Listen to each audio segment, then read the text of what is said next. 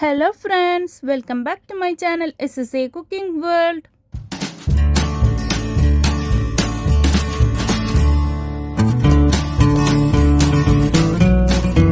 ഇന്ന് ഞാൻ നിങ്ങളുടെ മുമ്പിൽ വന്നിട്ടുള്ളത് നല്ല ടേസ്റ്റിയും വെറൈറ്റിയും ആയിട്ട് എളുപ്പത്തിൽ 5 മിനിറ്റിൽ എല്ലാവർക്കും ഒരുപോലെ തയ്യാറാക്കാൻ പറ്റുന്ന ഒരു അടിപൊളി കിടിലൻ സ്നാക്കുമായിട്ടാണ് കേട്ടോ.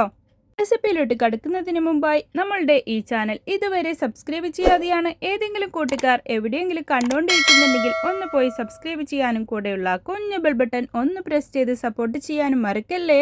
എന്നാലേ ഞാനിടുന്ന പുതിയ പുതിയ വീഡിയോസിൻ്റെ നോട്ടിഫിക്കേഷൻ നിങ്ങളിൽ എത്തുകയുള്ളൂ, നിങ്ങൾക്കത് അപ്പോഴപ്പോൾ തന്നെ കാണാനും പറ്റത്തുള്ളൂ. ഇതിനു വേണ്ടി ഞാൻ എടുത്തിട്ടുള്ളത് 2 ടൈപ്പ് പഴമാണ് കേട്ടോ. നമ്മളുടെ കയ്യിൽ ഏത് തരം പഴമാണ് പഴുത്ത് കരച്ചിട്ട് കളയാൻ വേണ്ടിയിട്ടൊക്കെ വെച്ചിട്ടുണ്ടാവും. ചിലപ്പോൾ നമ്മൾ അവിടെ വെച്ചിട്ട് അത് പഴുത്തതൊന്നും നമുക്ക് കണ്ടിട്ടുണ്ടാവില്ല. അങ്ങനെയൊക്കെ പഴം ഉണ്ടെങ്കിൽ അത് ഏത് തരം പഴമാവട്ടെ അത് വെച്ച് ചെയ്യാൻ പറ്റുന്ന ഒരു റെസിപ്പിയാണ് കേട്ടോ ഇത്. അങ്ങനെ എൻ്റെ അടുത്ത് ചിക്കുട്ടൻ്റെ ഒരു പഴവും ഈ ഫിലിപ്പീൻസ് പഴവും പിന്നെ റോബസ്റ്റ പഴയിലെ അതുപോലത്തെ ഒരു പഴവും ഒരു നേന്ത്രപ്പഴവും ഉണ്ടായിരുന്നു. അതിനെ ഞാൻ ഒരു 1/4 കപ്പിന് മേലായിട്ടുള്ള ഷുഗർ അതിലേക്ക് ഇട്ട് കൊടുത്തിട്ട് നല്ല പോലെ സ്മാഷ് ചെയ്തെടുക്കാം, ഉടച്ചെടുക്കാം. അതിലേക്ക് ഒരു 1/4 ടീസ്പൂണ് ബേക്കിംഗ് സോഡയും ഏലക്കപ്പൊടി 1/4 ടീസ്പൂണ് പാകത്തിനുള്ള ഉപ്പ് ചേർത്ത് കൊടുക്കാം, ഒരു പിഞ്ച്. ഇതിപ്പോൾ ഞാൻ ചേർത്ത് കൊടുത്തിട്ടുള്ളത് മൈദപ്പൊടിയാണ് കേട്ടോ. ഒരു 3/4 കപ്പ്, ഒരു 2 ടേബിൾ സ്പൂണ് റൈസ് പൗഡറില്ല പത്തിരിപ്പൊടി അത് കൂടി ഇതിലേക്ക് ഇട്ട് കൊടുക്കുന്നുണ്ട്. ഇതിലേക്ക് വെള്ളം ഒട്ടും ചേർക്കാൻ പാടില്ല കേട്ടോ.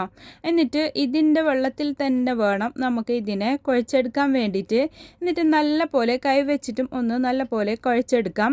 എന്നിട്ട് ഇതാ ഈ രൂപത്തിലാക്കി എടുക്കണം. ഇത്രയും മതി ഇതിൻ്റെ കൺസിസ്റ്റൻസി. അപ്പോൾ എനിക്ക് 1 കപ്പ് മൈദയും ഒരു 3 ടേബിൾ സ്പൂണിൻ്റെ അടുത്ത് ഈ അരിപ്പൊടിയിലെ റൈസ് പൊടി നൈസ് പത്തിരീൻ്റെ ആ പൊടിയും കൂടി ഞാൻ ചേർത്ത് വെച്ചിട്ടാണ് ഉണ്ടാക്കിയിട്ടുള്ളത്. എന്നിട്ട് ഓയിൽ ഞാനവിടെ ചൂടാൻ വേണ്ടിയിട്ട് വെച്ചിട്ടുണ്ട്. സൺഫ്ലവർ ഓയിലാണ് വെച്ചിട്ട് ഉള്ളത്. അപ്പോൾ അത് ചൂടായി വന്നതിന് ശേഷം നമുക്ക് ഇതിലേക്ക് ഇങ്ങനെ ഓരോ ഇതായിട്ട് ഇട്ട് കൊടുക്കാം. ഇത് നമുക്ക് സ്പൂൺ വെച്ചിട്ട് വേണമെങ്കിൽ അങ്ങനെ കോരിയിട്ട് ഒഴിച്ചു കൊടുക്കാം. ഇല്ലെങ്കിൽ നമ്മൾ നാട്ടിൽ ഇതിനെ കിള്ളിയിട്ട് ഇടുക അങ്ങനെയൊക്കെയാണ് പറയൽ, നുള്ളിയിട്ടപ്പം അങ്ങനെയൊക്കെ പറയും. വൈകുന്നേരം ചായക്ക് കഴിക്കാൻ പലഹാരമായിട്ട് ഒന്നുമില്ല എന്നൊക്കെ ഉണ്ടെന്നുണ്ടെങ്കിൽ, പഴമൊക്കെ ഇങ്ങനെ കേടായിട്ടൊക്കെ പോയിട്ടാണ് നമ്മളുടെ വീട്ടിലൊക്കെ ഉണ്ടെന്നുണ്ടെങ്കിൽ, അപ്പോൾ എങ്ങനെ വേണമെന്നുണ്ടെങ്കിലും നമുക്ക് ഇതുപോലെ ചെയ്തെടുക്കാം.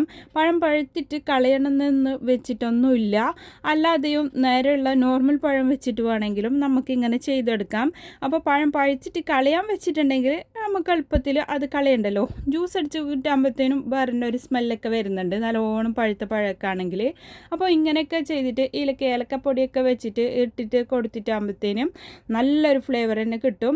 ഇത് കഴിക്കുമ്പോഴത്തേനും എന്തിൻ്റെ ഫ്ലേവറാണ് ഉണ്ടെന്നുണ്ടെങ്കിൽ വെച്ചാൽ നമ്മൾ സ്വീറ്റ് ബോണ്ട് ഉണ്ടാക്കൂലേ, ഉണ്ടക്കായ അങ്ങനെയൊക്കെ പറയുന്ന ആ സാധനം, ഉണ്ടംപൊരി എന്നല്ല പറയുന്നില്ലേ, ആ സാധനത്തിൻ്റെ ടേസ്റ്റാണ് ഇനി വരുന്നുള്ളത്. പക്ഷേ ഇതിലേക്ക് നല്ല ജീരകയിലെ കുമിൻ സീഡ് അത് മാത്രമേ ഞാൻ ഇതിലേക്ക് ഇട്ട് കൊടുക്കുന്നില്ല കേട്ടോ. അത് മാത്രമേ ഉള്ളൂ ഇതിലേക്ക് ഡിഫറെൻ്റ് ആയിട്ടുള്ള ടേസ്റ്റ് വരുന്നുള്ളത്.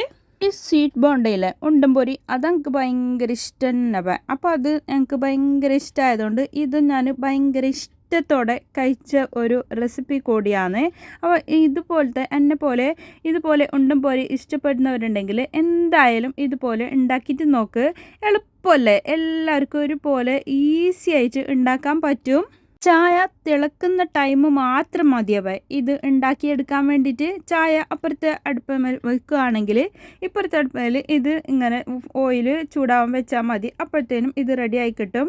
പഴം കൊണ്ട് ഒരുപാട് റെസിപ്പീസ് ഞാൻ ഇതിനു മുമ്പും അപ്ലോഡ് ചെയ്തിട്ടുണ്ട്. അതിൻ്റെയൊക്കെ വീഡിയോസ് ഒന്നും കാണാത്തവരുണ്ടെങ്കിൽ ഒന്ന് പോയി കണ്ടു നോക്ക്. എല്ലാവർക്കും ഒരുപോലെ യൂസ്ഫുൾ ആകുന്ന റെസിപ്പീസാണ്. എല്ലാവരും വൈകുന്നേരം ആകുമ്പോഴത്തേനും എന്താണ് എളുപ്പത്തിൽ ഉണ്ടാക്കാന്നുള്ളത് തിരഞ്ഞു നടക്കുകയായിരിക്കും. അപ്പോൾ അങ്ങനത്തെവർക്കുള്ള ഒരു റെസിപ്പി കൂടിയാണ്. എളുപ്പത്തിൽ തയ്യാറാക്കാനും പറ്റും, നല്ല ടേസ്റ്റുമാണ് ഇതിനുള്ളത്. അപ്പോൾ സ്മോൾ ബോളായിട്ട് വേണം കേട്ടോ ഇത് നമ്മൾ ഇതിലേക്ക് ഇങ്ങനെ ഇട്ട് കൊടുക്കാൻ. അത് വെന്ത് വരുന്ന ടൈമിൽ നല്ല വലുപ്പമുള്ള ബോളായിട്ട് തന്നെ കിട്ടും. നമ്മൾ ഏത് ഷേപ്പിലിട്ടാലും അത് ബോളായിട്ട് തന്നെ ആയിട്ട് വരുന്നുണ്ട് കേട്ടോ. ഇത് ഫ്രൈ ചെയ്തെടുക്കുന്ന ടൈമിൽ ഹൈ ഫ്ലെയിമിലിട്ടിട്ട് ഒരിക്കലും ഫ്രൈ ചെയ്തെടുക്കരുത്. മീഡിയം ഫ്ലെയിമിലിട്ടിട്ട് വേണം നമ്മളിത് ഫ്രൈ ചെയ്തെടുക്കാൻ വേണ്ടിയിട്ട്. ഹൈ ഫ്ലെയിമിലിട്ടാൽ മേലെ മാത്രം കളർ മാറും, അകം വെന്തിട്ടുണ്ടാവില്ല. ഈ സ്മോൾ ബോളായിട്ട് ഉണ്ടാക്കുന്നത് കൊണ്ടും തന്നെ നമുക്ക് എളുപ്പത്തിൽ ആയി കിട്ടും. ഇതിൻ്റെ അകത്ത് സൈഡ് എങ്ങനെ ഉണ്ടെന്ന് ഓപ്പൺ ചെയ്ത് കാണിച്ചു തരാം. നല്ല സോഫ്റ്റ് മൊരുമൊരായിട്ടൊക്കെ ഇതിപ്പം ഉണ്ടാകുന്നില്ലേ, അതേ ടൈപ്പിലുള്ള ഒരു കുഞ്ഞു ബോണ്ടയാണ് കേട്ടോ. എൻ്റെ ഈ റെസിപ്പി നിങ്ങൾക്ക് എല്ലാവർക്കും ഇഷ്ടപ്പെട്ടെന്ന് ഞാൻ വിചാരിക്കുന്നു. ഇഷ്ടപ്പെട്ടാൽ നിങ്ങളുടെ ഫ്രണ്ട്സ് ആൻഡ് ഫാമിലിക്ക് ഒന്ന് ഷെയർ ചെയ്ത് കൊടുക്കാനും ലൈക്ക് ചെയ്യാനും നിങ്ങളുടെ വിലയേറിയ അഭിപ്രായങ്ങൾ താഴെ കമൻറ്റ് ബോക്സിൽ കൊടുക്കാനും മറക്കല്ലേ. ഇനിയും ഒരുപാട് പുതിയ റെസിപ്പീസുമായും കിച്ചൺ ടിപ്സുമായും നിങ്ങളുടെ മുമ്പിൽ വരുന്നത് വരെ എല്ലാവർക്കും ബൈ. Thanks for watching.